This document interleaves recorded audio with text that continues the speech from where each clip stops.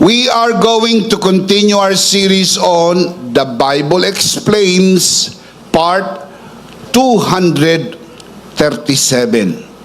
Today, we are going to continue our mini-series within the big series of The Bible Explains, entitled, Your Next Season is Coming, part 16. Let's commit this verse to the Lord. Let us pray. Our dearest Father in heaven, we are so very thankful for how you have gathered us today. Thank you so much for the wonderful time of praise and worship. Truly, you inhabit the praises of your people. Thank you so much for those people who are joining us online. Thank you also for the beautiful people who came here today to honor you and to worship you. We commit to you this time, even this learning time. And it is our prayer that everything that will be said and done today, all by your grace, for your glory, we pray in the name of Jesus, the name that is above every name, in the name of our Lord and Savior Jesus Christ, by the power of the Holy Spirit. And everybody would just simply say, Amen. Palakpakan po natin ang Panginoon. Today, we're going to talk about Esther, Queen Esther, a Jewish woman who became queen of the Persian Empire during the reign of King Xerxes during 486 to 465 BC. Today, allow me to share with you three things that happen when grace positions you on purpose. Of course, from the story of Esther. Number one, grace meets you in your brokenness. Grace meets you in your brokenness. Esther chapter 2 verse 7. Mordecai had a cousin named Hadassah, whom he had brought up because she had neither father nor mother. This young woman, who was also known as Esther, was lovely in form and features, and Mordecai had taken her as his own daughter when her father and mother died. Si Esther po ay isang ulila sa kanyang mga magulang, sa kanyang ama at ina. Ang kanyang pangalan ay Hadassah. Ang pangalang Esther ay Persian name. Ang ibig sabihin po ng Hadassah ay myrtle. Myrtle. Ang myrtle po ay isang uri ng halaman. Mabango ang kanyang dahon at ang kanyang bulaklak ay hugis bituin or star. Ito po ay white star-shaped flowers. Ito po myrtle. Interesting to take note na ang pangalang Hadassah, ang ibig sabihin po'y halaman, mabango ang dahon, at ang bulaklak ay hugis bituin. Ang pangalang Esther, ang ibig sabihin, bituin. Esther means star. Ano po ang ibig sabihin nito? God preserved her covenant identity, Hadassah, while positioning her in another culture, Esther. Grace did not erase who she was. It carried her identity into her next season. Ang ganda, ano po? Makita natin ang grasya, ang biyaya ng Diyos sa ulilang bata na si Hadassah, na siya po ay napiling reyna sa kaharian po ng Persya at siya po'y pinangalanang Esther. Grace never removes your God-given identity.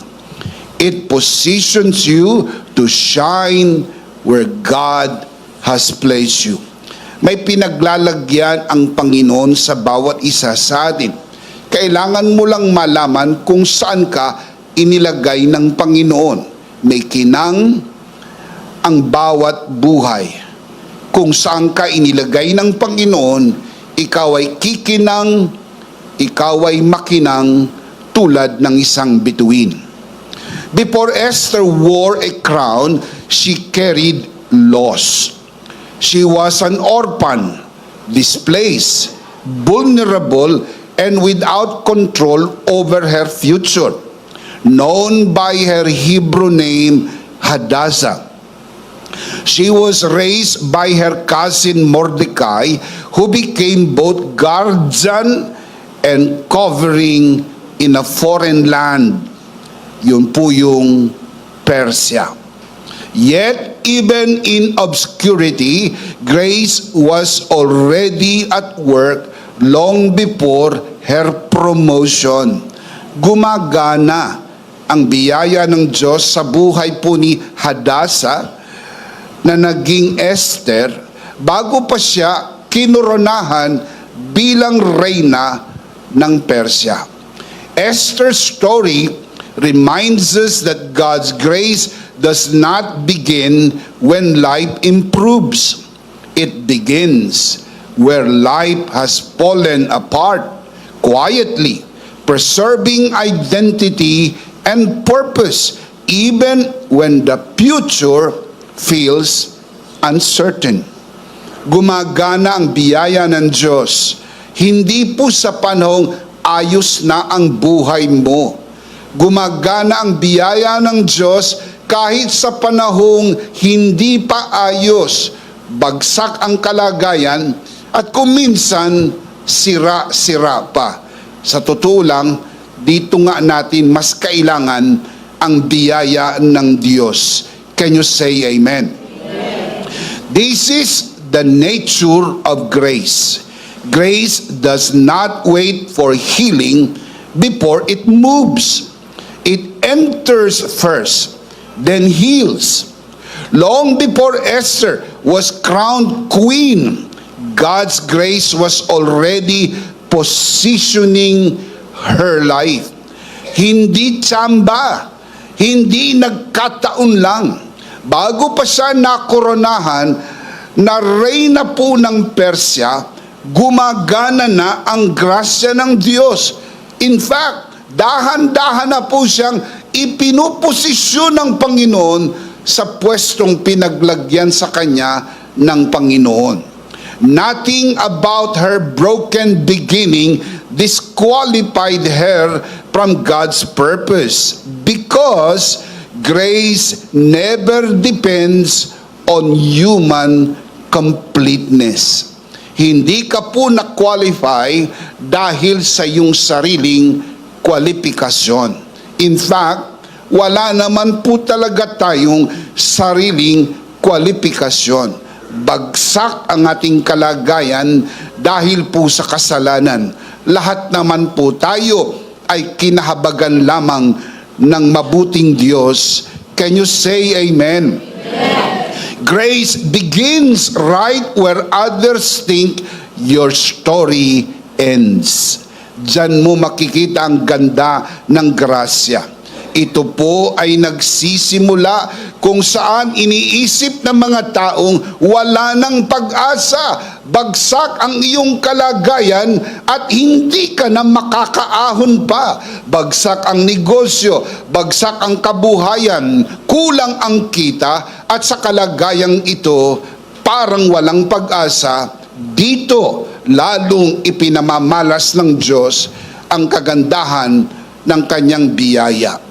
This truth reaches its fullness expression in the finished work of Christ. Jesus did not come for the whole. He came for the broken. Hindi po siya naparito para sa mga buo. Siya'y naparito para sa mga sira. Sinira ng kasalanan, pero binuo ng biyaya ng Diyos.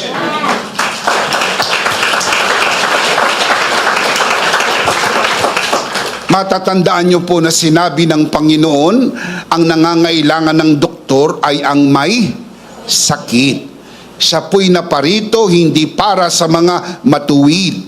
Siya'y naparito para sa mga makasalanan. Siya po'y naparito para sa mga sinira ng kasalanan, wasak na tahanan, sirang buhay. Sinira dahil po sa kasalanan, sirang kalusugan, sirang kabuhayan, sirang pag-aasawa, sirang kabuhayan, kasama na rin ang mga sirang ulo. Lahat ay saklaw ng biyaya ng Diyos.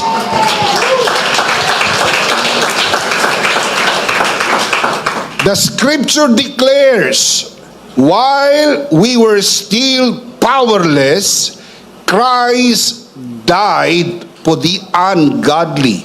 Interesting, isn't it? Christ died for the ungodly. Romans chapter 5, verse 6. Furthermore, if you read verse 8, you know that by heart that God loves us. Christ died for us. Minahal tayo ng Diyos nung tayo'y mga makasalanan pa.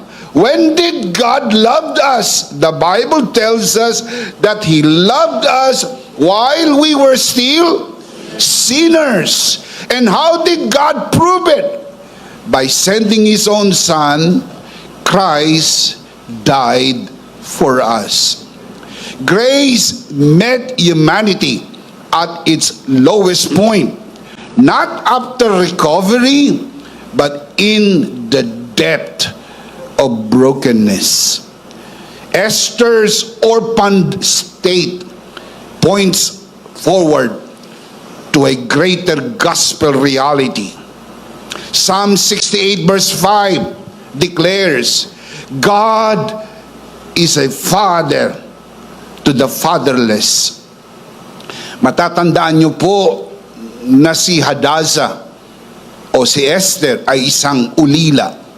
Wala na po siyang ama, wala na po siyang ina. Bilang ulila, at sa mga ulila, sinasabi ng Biblia, ang Diyos ay ama sa mga ulila. Hindi po pinabayaan ng Diyos ang ulila na si Hadassah. Kinalinga, niyakap ng kanyang pagmamahal sa pamagitan ni Mordecai, ang kanyang pinsan. Ang akap ng Diyos ay ipinapadama niya sa atin sa pamagitan ng mga taong nakapaligid sa atin. Ramdam natin ang pag-ibig ng Diyos sa pamagitan ng pag-ibig ng ating mga magulang. Ramdam natin ang pag-ibig ng Diyos sa pamagitan ng mga taong ipinaligid ng Diyos sa atin. Maging sa komunidad kung saan tayo inilagay ng Panginoon. Ang pag-ibig ng Diyos ay kanyang ipinapadama sa pamagitan ng mga taong nakapaligid sa atin. Ginagamit niya ang mga tao upang ipadama sa atin ang kanyang kalinga, pagmamahal, ang kanyang probisyon, ang kanyang grasya. Tayo na ginagamit ng Panginoon ay nagiging ekstensyon ng kamay ng Diyos upang akapin ng mga tao, lalo ng kapos sa pagmamahal. What was true for Esther in provision becomes eternally true for us in Christ. Sa pamagitan ng krus, ang Diyos ipinadama niya sa atin ang kanyang pagmamahal.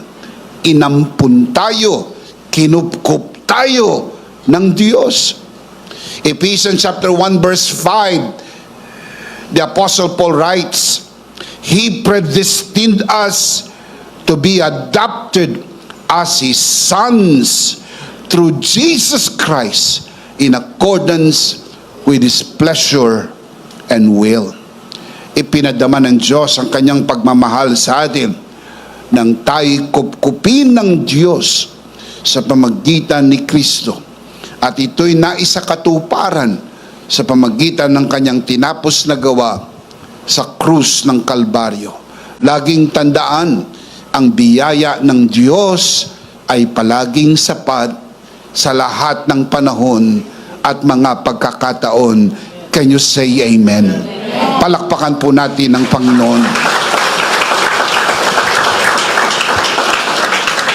Grace specializes in broken beginnings. Esther's loss did not delay God's plan. It aligned with it. Likewise, your pain does not mean grace arrived late. Grace arrived on time through Christ once and for all. Kuminsan ang mga tao'y sumisigaw ng awa at tulong na sa totoo lang ay ipinakita na ng Diyos ang kanyang awa at ang kanyang tulong sa pamagitan ng tinapos na gawa ni Kristo. Hindi lang ito nakikita ng mga tao dahil ang nakikita ng tao ay relihiyon. Dahil yun ang madalas na naririnig sa mga pagtuturo at pangangaral, ang relihiyon, ang pangalan ng kanilang simbahan, at tila napabayaang bigyang diin kung ano ang sentrong mensahe ng Biblia, si Kristo at ang kanyang tinapos na gawa. Na kung gagawin lamang ng simbahan at gagawin lamang matapat ng lahat ng pastor ang pagtuturo ng tinapos na gawa ni Kristo, makikita ng mga tao ang biyaya ng Diyos at kung paano ito ipinadama sa atin. Esther's loss did not delay God's plan. Hindi po na balam ang plano ng Diyos dahil po sa mga pangyayari at siphayo ng buhay ni Esther. Dito siya kinatagpo ng biyaya ng Diyos at dito natupad ang magandang plano ng Diyos sa kanyang buhay.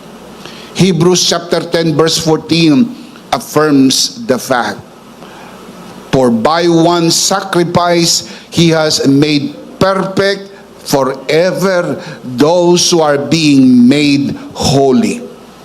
The finished work of Christ guarantees that brokenness is not your final condition. It is the starting point of your new beginning. Can you say amen? Hindi po ito ang pinal na kondisyon. Ito pong simula kung saan ipinamalas ng Diyos ang kanyang grasya. Matatandaan niyo po linya ng isang pumosong awit, niyakap tayo sa ating karumihan. Hindi po naghintay ang Diyos na tayo maging malinis at maging mabango at tayo kanyang niyakap sa ating karumihan, sa ating kabahuan, sa ating dustang kalagayan, bagsak at sira. Dito tayo niyakap ng Panginoon at ipinamalas niya sa atin ang kanyang pagmamahal dahil dakila ang pag-ibig ng Diyos. Shout amen! Malakas na palakpak para sa Panginoon. Number one, grace meets you in your brokenness. Number two, grace positions you by design. Grace positions you by design. Esther chapter 2 verse 17. Now the king loved Esther more than all other women, and she found favor and kindness with him more than any of the other virgins. So he set a royal crown on her head and made her queen instead of Vashti. Sino si Vashti? Siya po yung reigning queen. Siya po yung pinalitan ni Esther. Si Vashti, yung pong na-dethrone na Queen of Persia. Kaya nagkaroon ng beauty contest sa buong Persia upang humanap ng kapalit ng reyna. At ang napili ni Haring Xerxes ay si Esther. At si Esther ay kinoronahan bilang reyna ng Persya. Hindi tsamba. Ito po'y pabor na iginawad ng Diyos sa kanya. Makikita niyo po sa verse, "Now King loved Esther more than all other women." Ang daming babae sa buong Persya. She found favor and kindness with him more than any of the other virgins. Sa lahat ng mga dalaga na nandoon sa buong kaharian ng Persya, bukod tangi itong si Esther, sapagkat nasa kanya ang pabor ng Diyos. Esther's promotion to queenship was not the result of strategy, ambition, or self-elevation. The scripture simply says, the king loved Esther more than all the other women, and she obtained grace and favor in his sight. Her position was not negotiated, was not politicized, was not even bargained. It was bestowed upon her. And tell me how? By grace. Nothing more, nothing less, nothing else. Only by grace. Can you say amen? How do we say so? Look at the scripture. Proverbs chapter 21 verse 1. The king's heart is in the hand of the Lord. He directs it like a watercourse wherever he pleases. Sino ang may hawak ng hari? Sino ang may hawak ng puso ng hari? Ang Panginoon. Kaya po ang damdamin ni King Xerxes patungo kay Esther ay kanti ng kamay ng Diyos sa puso ng hari. Bakit? Sapagkat may plano ang Diyos. Hindi ho naiintindihan ni Esther ang detalye ng plano. Wala hong nakakaunawa ng lalim at lawak ng kaisipan ng Diyos, kung kaya't kinakailangan lang nating magtiwala bawat tagpo ng ating mga buhay dahil hindi natin alam kung ang nangyayari sa atin ngayon ay bahagi ng malaking plano ng Diyos na ginagawa niya at gagawin pa sa mga hinaharap at mga susunod na araw. Can you say amen? Psalm 75 verse 6 to 7, the Bible says, "For promotion comes neither from the east, nor from the west, nor from the south, but God is the judge." Tell me, who is the judge? I cannot hear you from where I am. Tell me, who is the judge? God is the judge. He puts down one, Vashti, and exalts another, Esther. Did you see that? Nakita niyo po ba sa kwento? Ang sabi po ng Bible, God puts down one. Referring to Vashti. Vashti was dethroned and exalts another, referring to Esther. Ang Diyos ang naglalagay, ang Diyos ang nag-aalis. Inalis ng Diyos si Vashti. Hindi ho nagkataon lang. Inilagay ng Diyos si Esther, hindi ho tsamba. Ito'y bahagi ng plano ng Diyos. Kailangan nating magtiwala sa Panginoon. sapagkat kailangan nating maintindihan na may mga inaalis ang Diyos sa buhay natin, may mga inilalagay ang Diyos sa buhay natin. Tayo po ay pinupwesto, tayo po'y nililinya, tayo po'y kinikilos ng Diyos sa paraang naayon sa kanyang magandang layunin. Naunawaan po ba natin agad ang lahat? Hindi po. With this limited peanut brain that we have, we cannot understand everything. That is why we need to trust the Lord. Blessed is the man who trusts the Lord. Can you say amen? Amen. Why? Because God is so good to be unkind. God is too wise to be mistaken.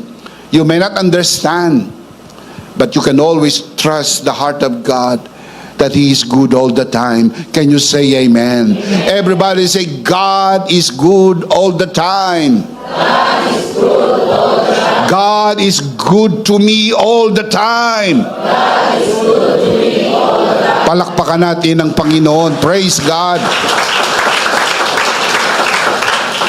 Pag hindi natin maintindihan, magtiwala lang tayo sa Diyos.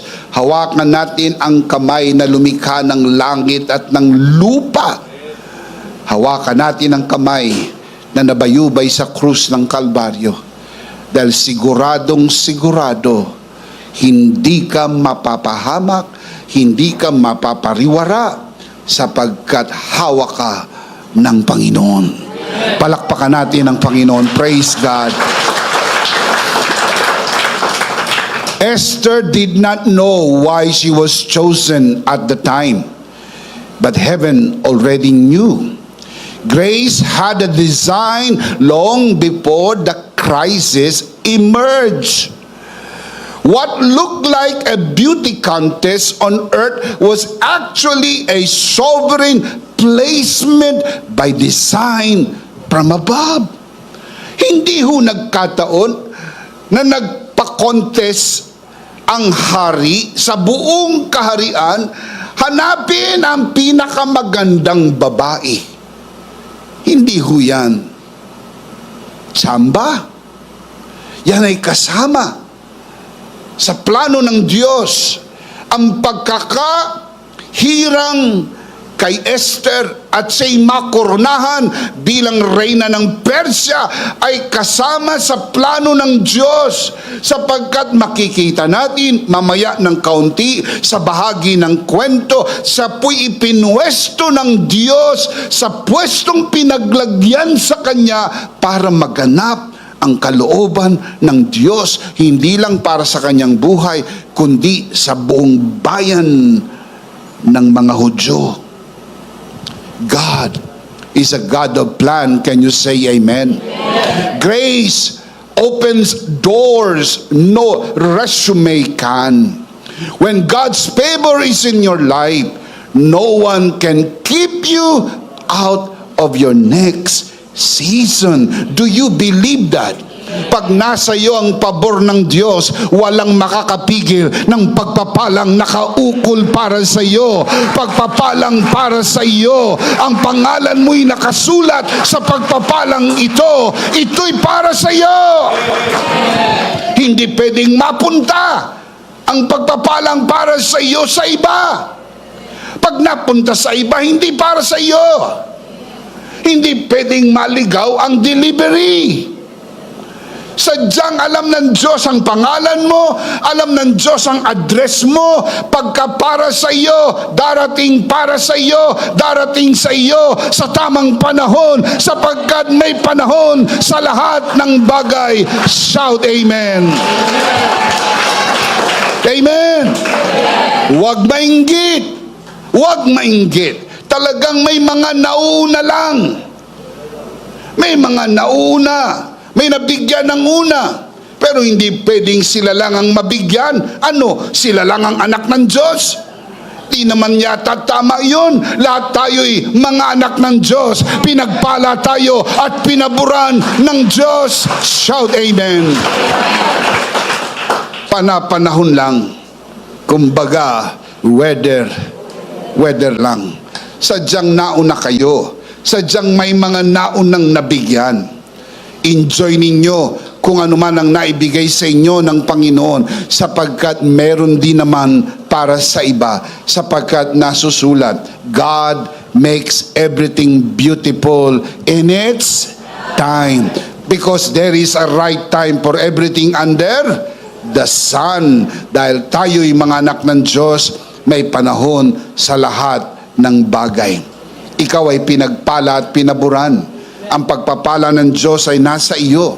Ikaw ay merong stamp of favor. Tinatakang ka ng pabor ng Diyos. Hahabulin ka ng kanyang pagpapala kahit saan ka pumunta. Ikaw ay hahabulin ng pagpapala at pabor ng Diyos. Shout amen.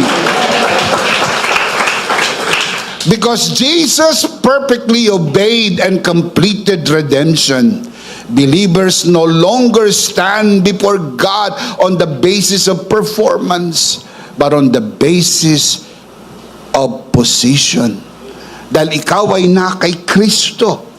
Lahat ng pagpapala ay na kay Kristo. At dahil ikaw ay na kay Kristo, nasa iyo ang pagpapala at pabor ng Diyos.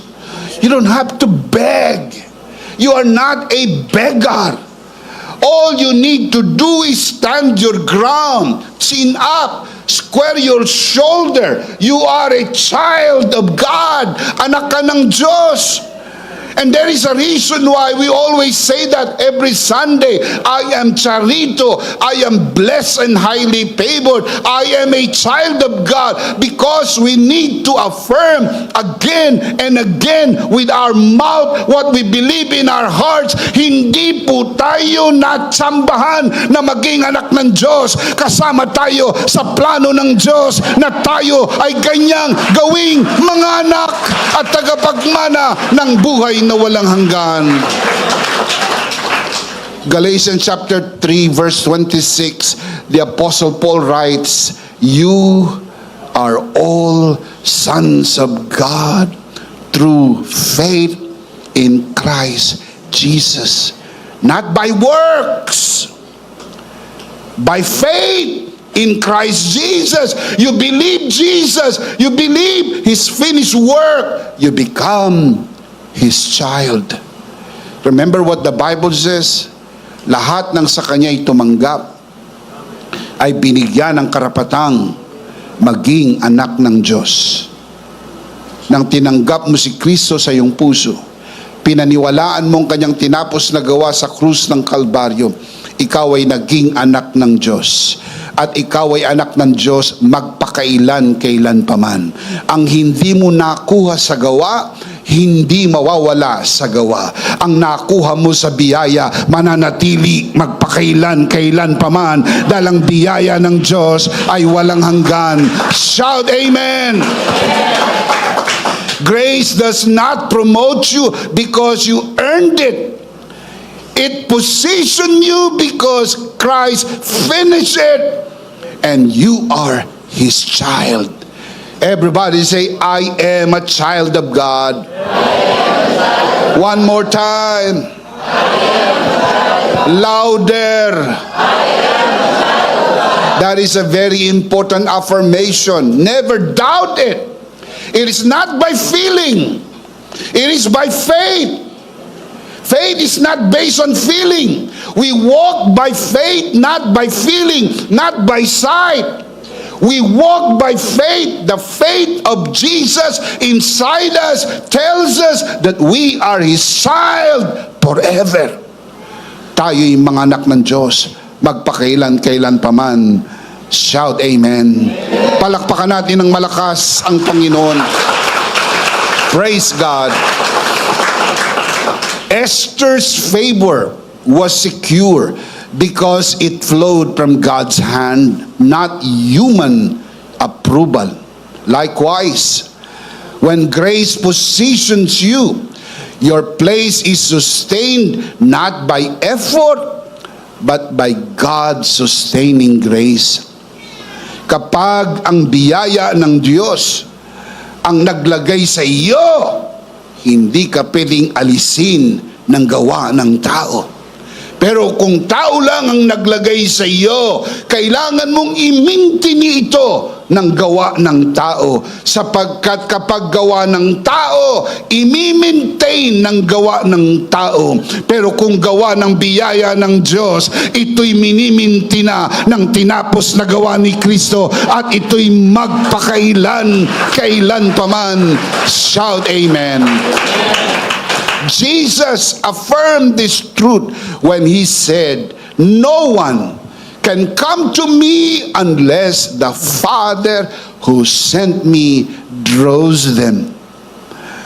Walang sino mang lalapit sa akin, wika ni Jesus, malibang dalhin siya ng Ama sa akin. Ang paglapit natin kay Kristo ay hindi ho natin gawa. Ang paglapit natin kay Kristo ay gawa ng Ama.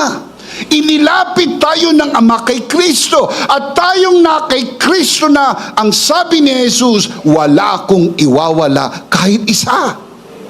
Kaya dahil tayo na kay Kristo, may kasiguruhan, may katiyakan na hindi tayo mawawala sapagkat ay hawak ng kamay ng Panginoong Jesus. And furthermore, when Jesus said, not only the Father, not only His hand, but also the Father as well. Jesus said, "My Father is greater than all." And we are also in the Father's hand. We're also in Jesus' hand. Kaya sigurado tayo sa kalinga at pag-iingat ng Diyos magpakailan, kailan paman. Shout amen. Every divine placement, salvation, calling, influence, opportunity, all begins with God, not us. Hindi gawa natin, kundi gawa ng Diyos. Ang Diyos ang gumagawa. At dahil ang Diyos ang gumagawa, gawang mananatili magpakailan-kailan paman. If positioning depended on human effort, grace would no longer be grace. The Apostle Paul strongly argues in Romans 11:6, by design, grace leaves no room for boasting. Remember, so that no one can boast. Ephesians chapter 2, verse 9. The finished work of Christ guarantees this truth. God raised us up with Christ and seated us with Him in the heavenly realms. Ano ibig sabihin po nito?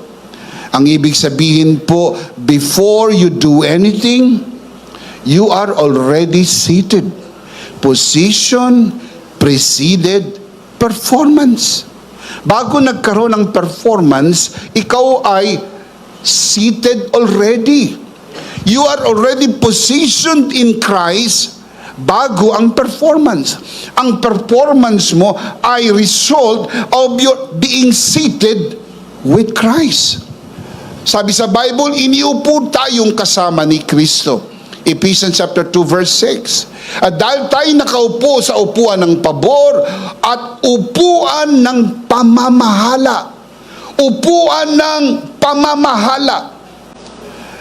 Ito po yung upuan ng pabor ng Diyos sa atin at upuan na binigyan tayo ng kapamalaan. Sapagkat si Kristo'y naghahari sa atin, itinakda naman ng Diyos na tayo'y maghari sa buhay. Sapagkat si Kristo'y naghahari sa atin. Can you say amen? Hindi ka naghahabol ng pintuan para buksan. Binubuksan ng Panginoon ang pintuan para sa iyo. Hindi ka naghahabol ng pwesto. Ikaw ay ipinupwesto na ng Panginoon kung saan lalo kang kikinang bilang kanyang bituin para sa kanyang kapurihan. Can you say amen?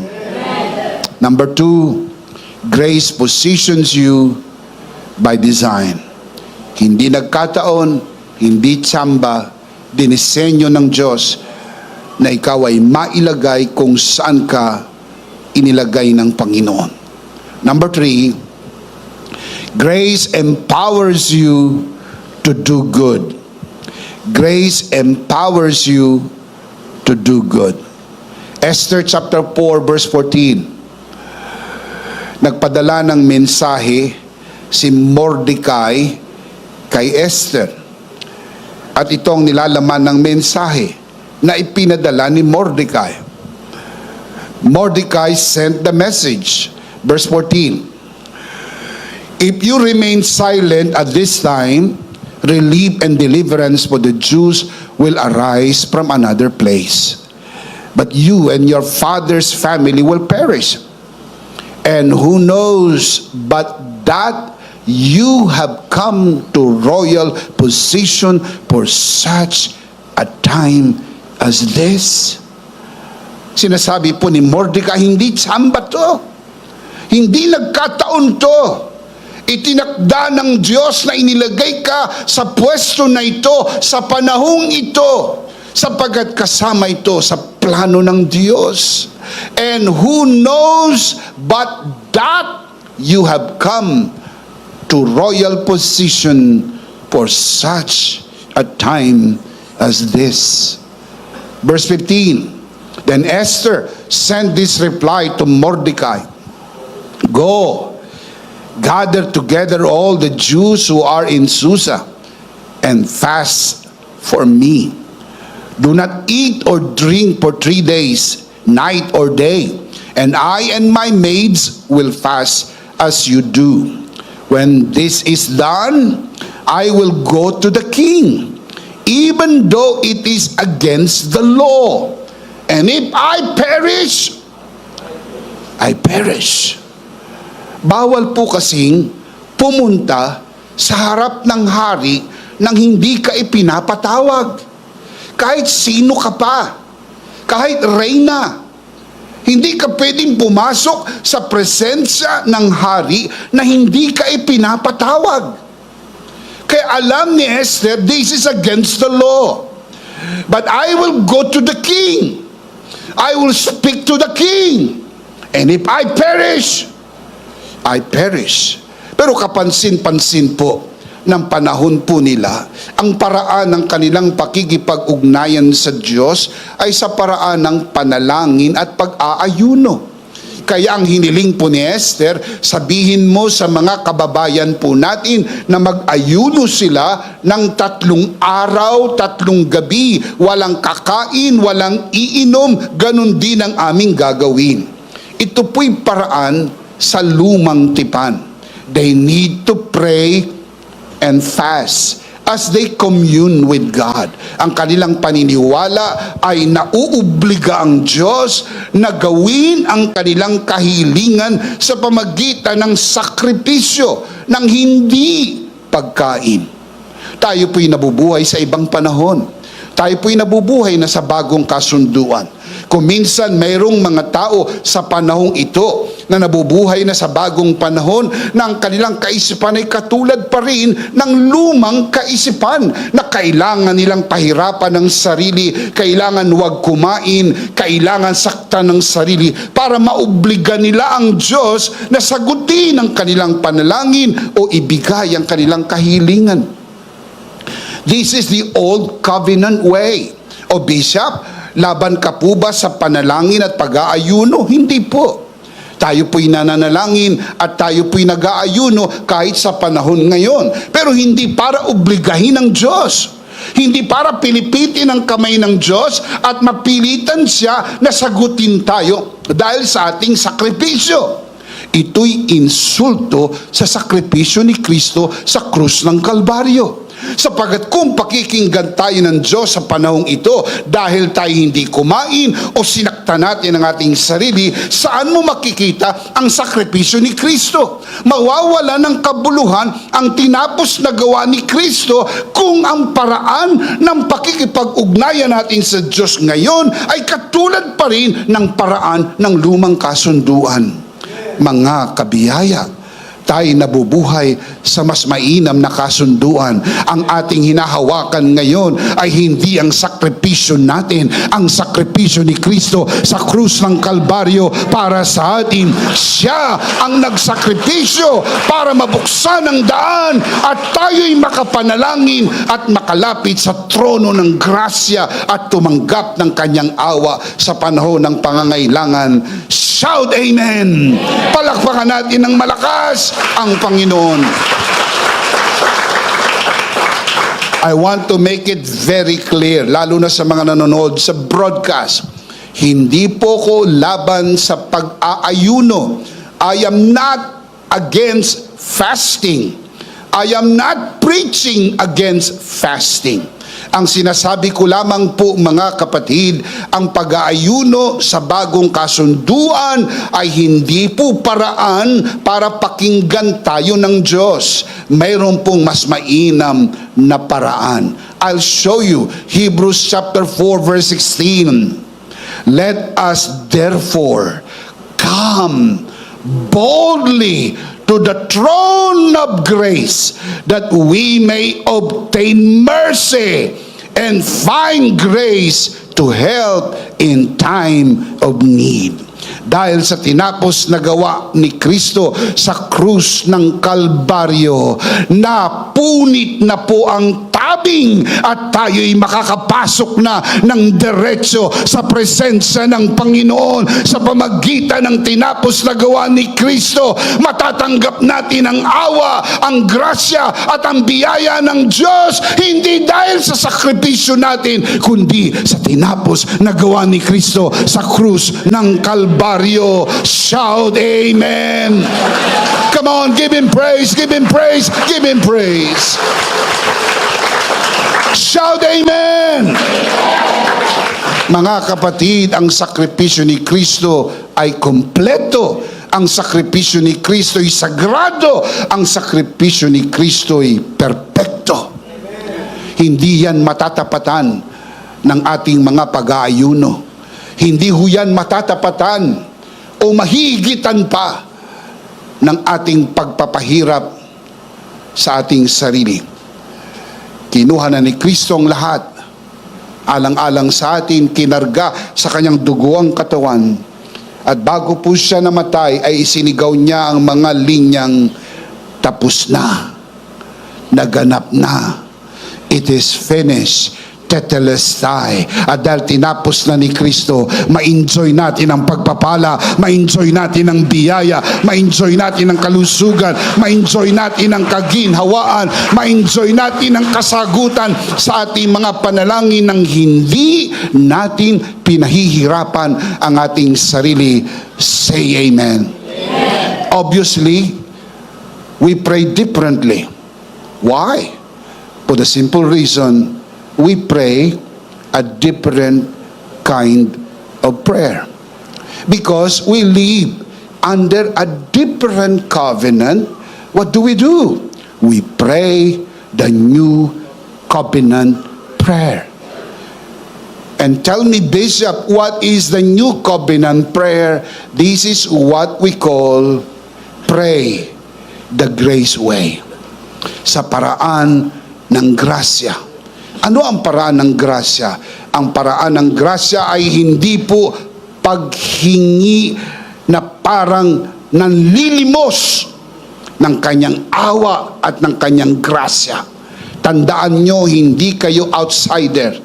Kayo po'y anak ng Diyos. Nakapasok tayo sa kanyang presensya at maaari tayong maglambing sa amang mapagmahal at maaari tayong makipag-usap sa Diyos tulad ng anak at masabi natin ang ating mga kahilingan, at bago pa nating hilingin, ibinigay na ng Panginoon. Bago pa natin bigkasin, pinrovide na ng Panginoon sa pamagitan ng kanyang tinapos na gawa sa krus ng Kalbaryo. Shout amen!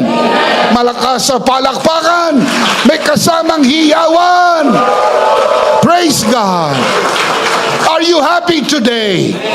We should be very happy because of what Jesus did on the cross of Calvary for us all. If you believe that, shout amen.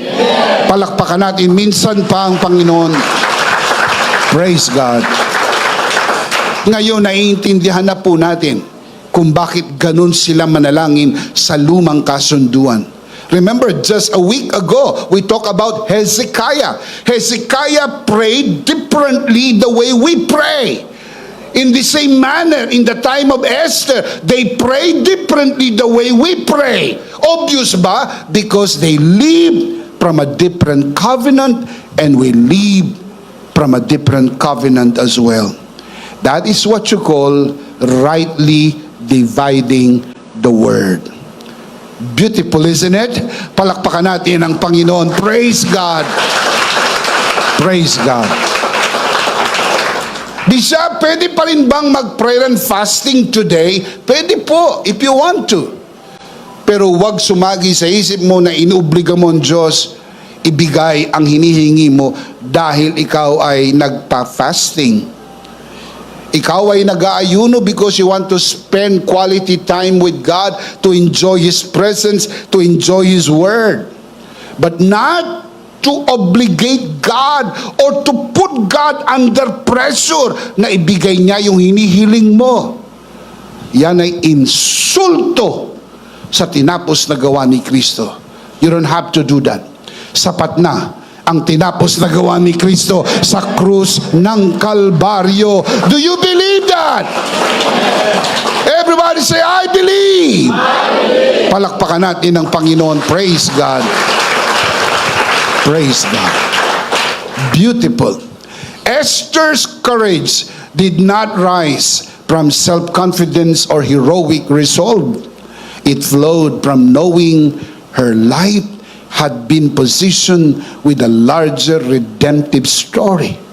No maintindihan niya na hindi tsamba ang kanyang pagkakapwesto bilang reyna ng Persya, lalo na nang maintindihan niya ang krisis.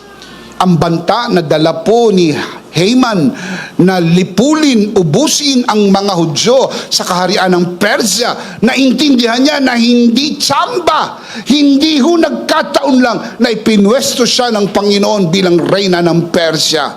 Yun ang kanyang kumpiyansa. At dito naintindihan niya ang grasya.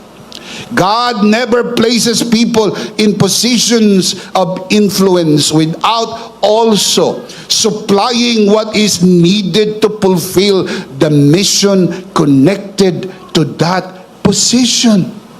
Esther did not manufacture courage. Grace supplied the courage she needs. Kapag merong vision, dahil merong mission, dapat merong provision. Pinrovide ng Diyos ang tamang lakas ng loob para lumapit sa hari kahit labag sa batas, sapagkat binigyan siya ng lakas ng loob. Ang tawag doon, biyaya ng Diyos. Jesus did not only save us from sin, He also released us into a life of purpose already prepared for us. Hindi lang tayo niligtas ng Diyos para maging tagapagmana ng buhay na walang hanggan. Of course, ultimately, heaven will be our final home. Thank God.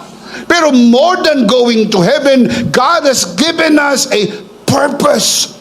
God has given us a life of purpose. And living the purpose that God has given you, making your life very happy. Kailan ka magiging tunay na masaya? Pag natagpuan mo ang layunin ng Diyos sa iyong buhay at ito'y maipamuhay mo at maipaglingkod. The scripture declares, for we are God's workmanship, created in Christ Jesus to do good works. To do good works. To do good works which God prepared in advance for us to do. Ephesians chapter 2 verse 10.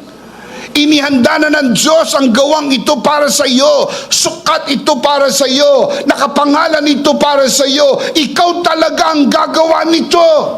Nobody does it better than you because it is prepared for you. Find it out, live it out, and be happy the rest of your life. Ang tunay na saya wala sa pera. Ang tunay na saya ay wala sa pagkain, damit at lahat ng karangyaan sa buhay. Ang tunay na saya ay magawa mo ang pinapagawa sa iyo ng Panginoon. Ang tunay na saya ay may paglingkod mo ang layunin ng iyong pagkatawag. Shout amen. Mission flows from identity, not effort. Now that you become a child of God, that is your identity. And with your identity comes mission, vision, and provision. Esther's call required boldness, timing, and sacrifice. Yan ang tatlo na kailangan po ni Esther. Boldness, timing, and sacrifice. Grace supplied all three. Likewise, the new covenant promise is that grace abounds so that good works overflow naturally.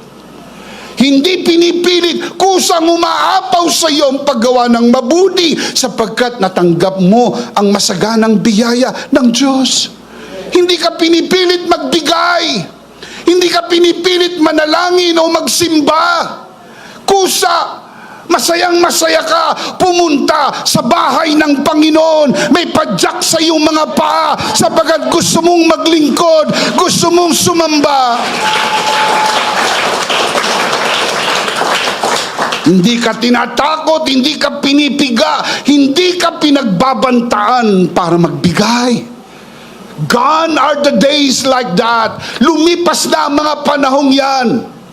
Nauubos na ang mga pastor na nagtuturo ng ganyan sapagkat tayo nabubuhay na sa panahon na nagre-raise up ang Panginoon ng mga pastor at mga mangaral ng dalang mensahe ay ang tinapos na gawa ni Kristo. May kalayaan, may kasiyahan ang magbigay, maglingkod at sumamba sa Panginoon.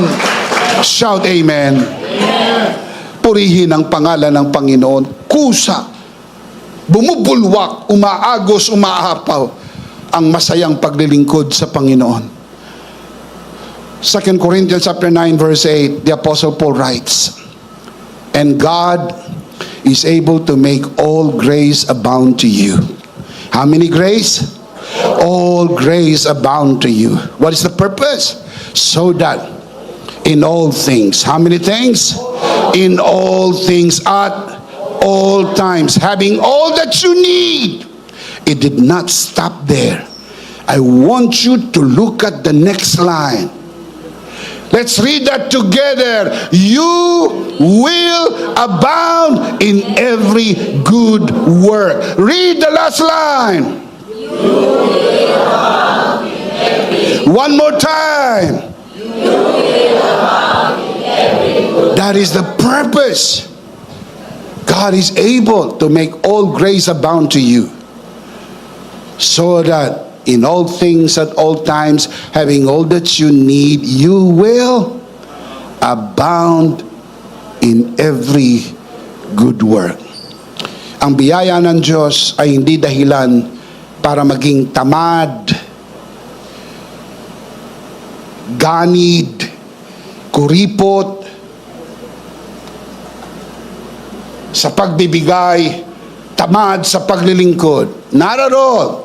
Kapag ganyan ang dating ng grasya sa inyo, hindi grasya ang natanggap nyo, disgrasya. Dahil ang tunay na grasya ay nag-uudyok sa atin, umapaw sa mabubuting gawa, magpuri, sumamba, manalangin, magbasa ng Biblia, magbigay, at maglingkod ng may kasiyahan, bumubulwak, umaapaw, masayang naglilingkod. Shout amen! Malakas sa palakpakan. Praise God. Shout amen. Through the grace given to Esther, the Jews in Persia were delivered from Haman's evil plot. Likewise, through the grace given to us through Christ's finished work, we are instruments to to spread the message of salvation to those around us. Kung paanong naligtas ang mga Hudyo sa panahon ni Esther sa masamang balak ni Haman, dahil sa biyaya ng Diyos sa kanilang kapanahunan, ang biyayang naibigay sa atin ay gamitin naman natin para ikalat kung saan tayo nilagay ng Panginoon. Sa abot ng atin pong magagawa ang mensahe ng kaligtasan. Hindi sa gawa, kundi sa biyaya. Hindi sa relihiyon, kundi sa tinapos na gawa ni Kristo sa krus ng Kalbaryo. Say amen. Let's see them again. 3 things when grace positions you. Let's read them out loud. Ready? Sit up straight. Number 1, grace meets you in your brokenness. Number 2, grace positions you by design. Number 3, grace empowers you to do good. Now let's close with the life application. Number 1, release your past and let grace redeem it. Esther began as Hadassah, an orphan in exile, but she was never defined by her past. Grace met her there and positioned her for a future she never dreamed of. But she released to God, grace redeemed into purpose. Inirelease niya sa Panginoon ang kanyang nakaraan bilang ulila. Kinuha ito ng Panginoon, tinubos, inayos ang kanyang nakaraan at ginamit sa kanyang layunin. In the same way, grace does not ask you to fix the past. Grace invites you to trust Christ's finished work today, because we believe what you release, grace redeems. And what grace redeems, God uses for good and for His glory. Can you say amen? Number 2, recognize your position as God's design. Esther did not position herself in the palace. You know the story. Grace did.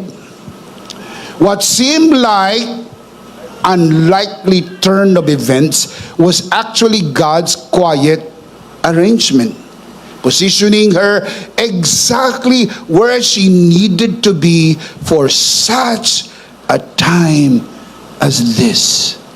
Beautiful orchestration by a genius God.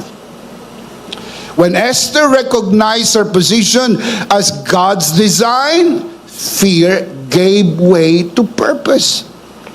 Nawawala ang nerbiyos, nawawala ang takot. Pag alam mo na kung saan ka naroon, ito'y kasama sa disenyo at plano ng Diyos.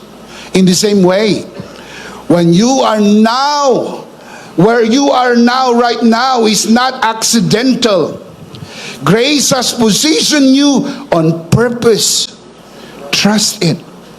Rest in it. Let God work through it. Hindi tsamba, hindi nagkataon lang kung saan ka naroon ngayon. Manangan ka, magtiwala ka, at hayaan mong kumilos ang Diyos sa iyong buhay. Can you say amen? Number 3, I'll close with this. Use your grace-filled influence to do good. Esther did not use her position to protect herself. She used it to do good. Grace did not stop at elevating her. It flowed through her for the saving of many lives. Ang masamang balak ni Haman ay hindi natuloy, at ang buong mamamayan ng mga Hudyo na nasa Persya ay hindi po namatay. In the same way, the influence grace has given you is not for self-preservation, but for loving action. When you rest in Christ's finished work, doing good becomes natural overflow. Grace working through you for the good of others.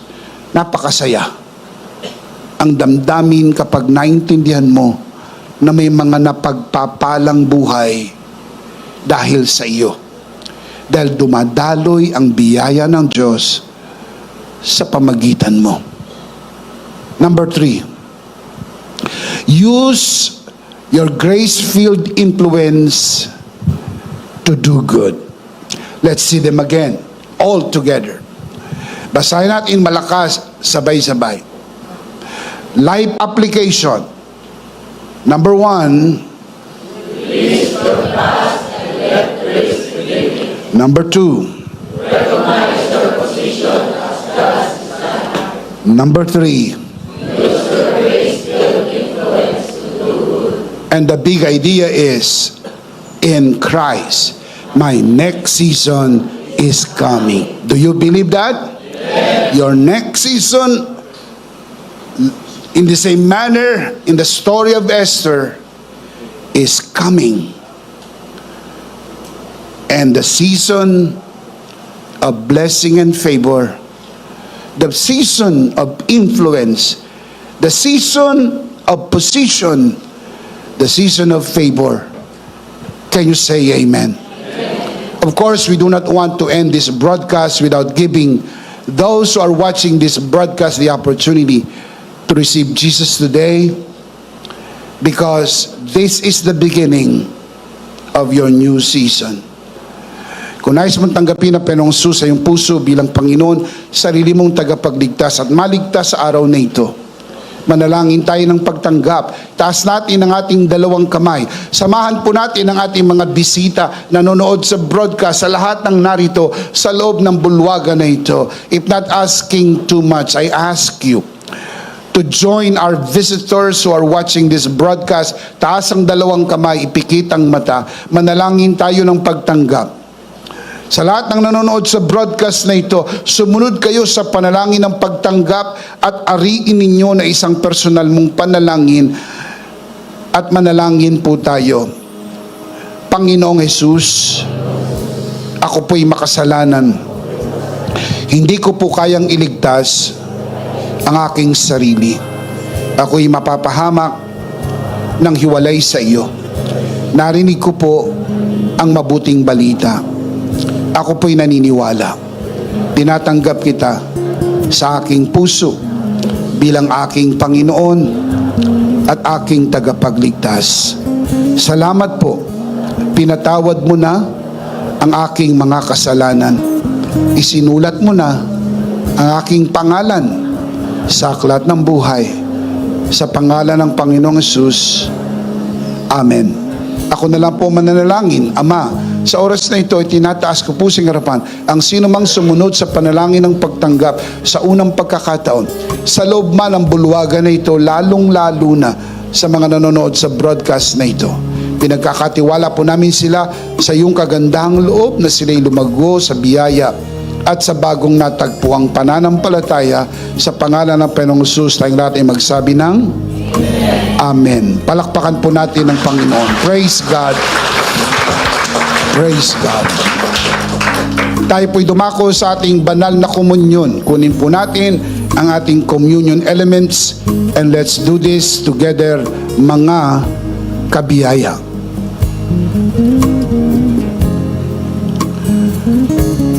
Alright, let's do this together, mga kabiyaya. Hawak-hawak po natin ang pinakamakapangyarihang simbolo ng tinapos na gawa ni Kristo sa krus ng Kalbaryo. Itong aral na tinanggap ko sa Panginoon at ngayon naman ay binibigay ko sa inyo. Nang gabing siya'y pagkanuloy dumampot siya ng tinapay, kanyang pinagpira-piraso at kanyang sinabi, ito ang aking katawan na pinagpira-perso dahil sa inyo. Gawin nyo to bilang pag-alaala sa akin. Sabay-sabay po natin gawin.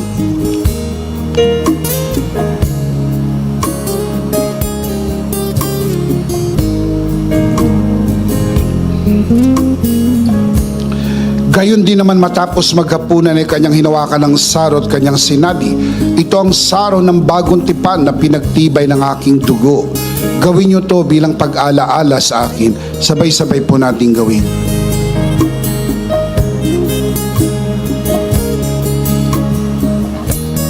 Ate po itaas ang ating dalawang kamay at sumunod po tayo sa panalangin ito. Aming Ama, maraming salamat po sa aming Panginoong Hesukristo. Panginoong Hesukristo, maraming salamat po sa iyong banal na dugo na iyong itinigis sa krus ng Kalbaryo. Dahil po dito, lahat ng aming kasalanan ay iyon nang pinatawad. Maraming salamat po sa iyong katawan na nabugbog at nasugatan. Dahil po dito, lahat ng aming sakit ay iyon nang pinagaling. Gaya ng nasusulat sa iyong mga sugat, ako'y magaling na. Ako'y naniniwala, ako'y magaling na. Aking dinideklara, ako'y magaling na. Ako'y malusog, malakas, masigla, pinagpala, pinaburan, at mabubuhay ng mahaba. Sa pangalan ni Jesus, maraming salamat po, Banal na Espiritu, sa iyong kapahayagan sa mensahe ng biyaya. Sa pangalan ng Panginoong Jesus, Amen. Amen. Palakpakan po natin ang Panginoon. Praise God. Minsan pa, sabay-sabay, ano po ang ating big idea? Isang beses pa. Do you believe that? One more time. In Christ, my next season is coming. Last of all, let me speak to your heart, you who are watching this broadcast. If this broadcast has blessed you, and if not asking too much, I would like you to bless this ministry with your love offering, so that together we can reach the world with the message of full grace. From the bottom of our hearts here at EMI, we would like to say, thank you for giving to the Lord. We'll see you next Sunday, purposely on site, but definitely we'll see you again online. Ako po si Bishop Emmy, kasama po si Pastora Jo at ang kabuuan ng The Lord's Community and EMI Broadcast. Stay a bit for more announcement. Stay blessed. Stay connected. Always remember, in Christ you are forever. Sarito!